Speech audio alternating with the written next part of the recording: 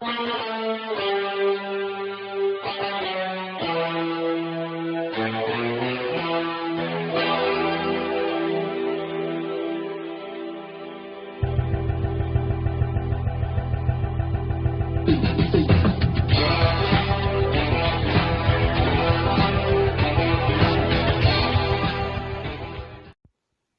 seeing a trend develop where celebrity chefs will start a charitable foundation geared toward feeding the hungry or educating kids and parents on how to cook at home.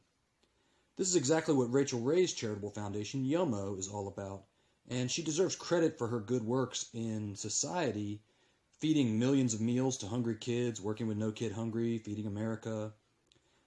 But we can't allow celebrities' good deeds to insulate them from criticism about their bad deeds.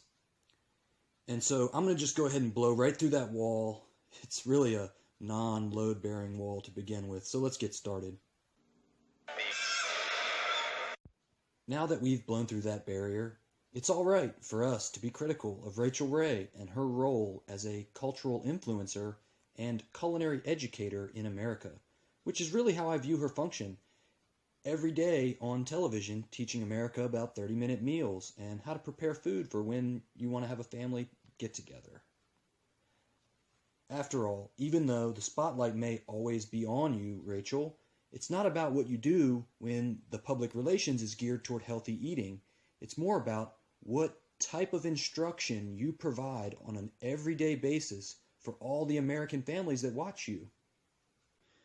And the impetus for this video really started because every time I cut on the TV, I would see her cooking burgers with bacon and things like that. And so I Googled Rachael Ray cooking burgers, and it's infinite.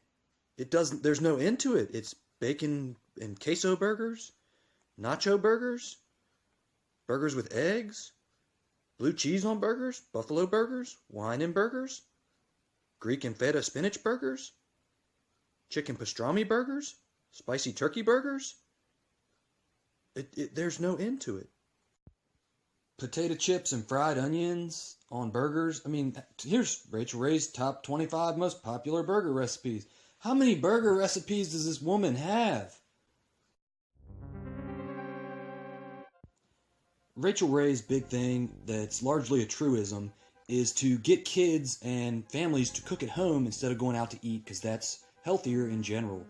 And she has 22 cookbooks published, the Book of Burger, 30-minute meals is her big thing. She's showing you how to cook in a relatively small window of time so that families who work and have kids can get home and eat a meal together around a table. And I support that.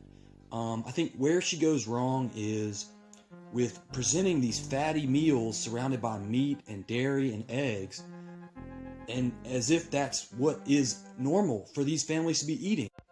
Rachael, I would say you are largely responsible for the popularization of extra virgin olive oil as a condiment, really. It's become a condiment in our society, and I think you may have coined the abbreviation EVOO, which really normalizes the idea of just pouring 100% refined fat in the form of bottled vegetable oil on our food as if it was a condiment. And I'm not sure that's such a good idea.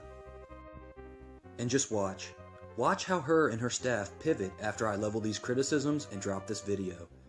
Because it's really your obligation, Rachael, to the families that you provide culinary education to every day on television with the 30-minute meals and the meals geared towards families with kids.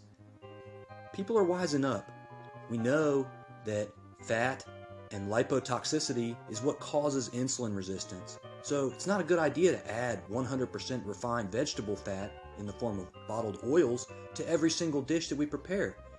Every pasta dish you put out has oil, mostly cheese, and a lot of meat in it too.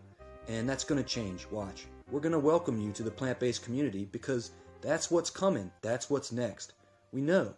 People are wising up. So just watch. In the next 2 weeks, I bet you there's going to be a pivot in the type of meals that you're planning on your show. It's going to be a healthy 2-week extravaganza. Break out the quinoa, kids. It's time for some healthy eating. People are wising up, Rachel, and I think you're going to be welcomed into this community because you're one of America's most beloved TV personalities.